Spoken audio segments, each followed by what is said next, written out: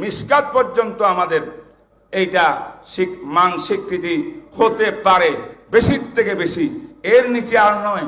এর নিচে হইলে কিন্তু আমাদের প্রতিষ্ঠানে হক্কানি মুহাক্কিক উলামা খুঁজে পাওয়া যাবে না।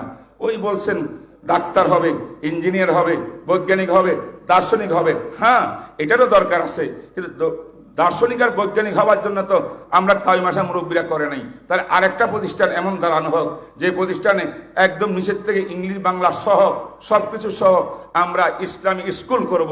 ইসলামিক স্কুলের মাধ্যমে ইসলামী শিক্ষা দিয়ে থেকে ডাক্তার, ইঞ্জিনিয়ার, বড় বড় দার্শনিক বানাবো। কিন্তু দেওবন্দি মাদ্রাসা যেগুলো আকাবেরে মিল্লাতের, এই দেওবন্দি প্রতিষ্ঠানের ভিতরে যদি নাকি আমরা সব নিচের সমস্ত বিভাগগুলোকে, সমস্ত জামাতগুলোকে আমরা এরকম মান নিতে চাই, স্বীকৃতি নিতে চাই, তখন কিন্তু কাওমি মাদ্রাসা খুঁজে পাওয়া যাবে না। এটার হাসরও হয়তো ওই আলিয়ার মতো হতে পারে, আল্লাহ না করুক। এই জন্য আমার আজকে কথার হলো, প্রবন্ধের মধ্যে কয়েকটা জিনিস কোনো দরকার নেই।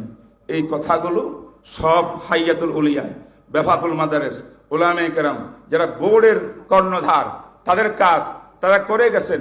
এমন কত এখানে আছে যেটা প্রয়োজন নেই।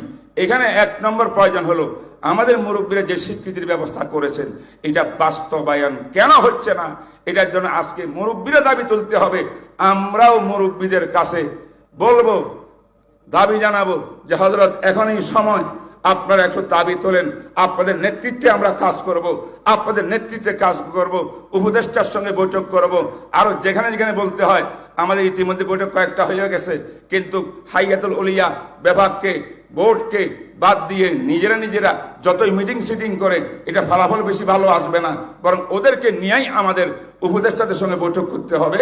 আমি এই প্রস্তাব দিচ্ছি আপনাদেরকে যে আজকে আমাদের কাজ দাবি জানানো, যেন আমাদের প্রত্যেকটি সেক্টরে উলামায়ে কেরাম কাজ করতে পারে এই স্বীকৃতি নিয়ে।